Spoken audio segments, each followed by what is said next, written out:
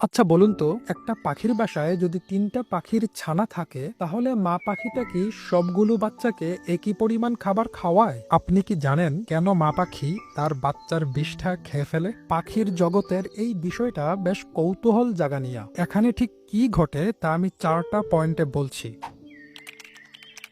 বাসার যে ছানাটি সবচেয়ে জোরে মুখ হা করে এবং সবচেয়ে বেশি শব্দ করে চিৎকার করতে পারে, মা পাখি সাধারণত তাকেই আগে খাবার দেয়। বড় এবং শক্তিশালী ছানাগুলো সাধারণত মা পাখির খুব কাছে থাকতে পারে এবং বেশি খাবার আদায় করে নেয়। অনেক পাখির ছানার মুখের ভেতরটা উজ্জ্বল লাল বা কমলা রঙের হয়। বিজ্ঞানীদের মতে, যে ছানাটি বেশি ক্ষুধার্ত থাকে তার মুখের ভেতরের রং আরো গাঢ় দেখায়। মা পাখি এই রঙের তীব্রতা দেখে বুঝতে পারে কার শক্তির বেশি প্রয়োজন।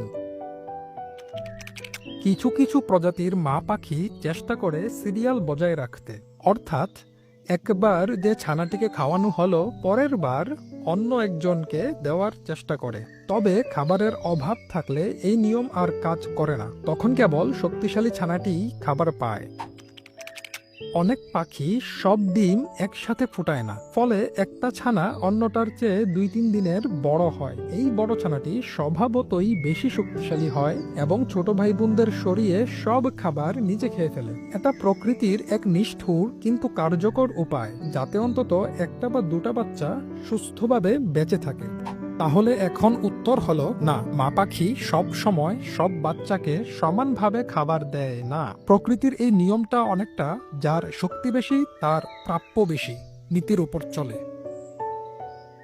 কিছু মা পাখি বাচ্চার বিষ্ঠা খেয়ে ফেলে। যখন ছানারা খুব ছোট থাকে তাদের হজম ক্ষমতা পুরোপুরি তৈরি হয় না, ফলে তাদের বিষ্ঠায় অনেক পুষ্টি উপাদান রয়ে যায়। বাসা পরিষ্কার রাখা এবং নিজের পুষ্টির জন্য মা পাখি অনেক সময় বাচ্চার বিষ্ঠা খেয়ে ফেলে।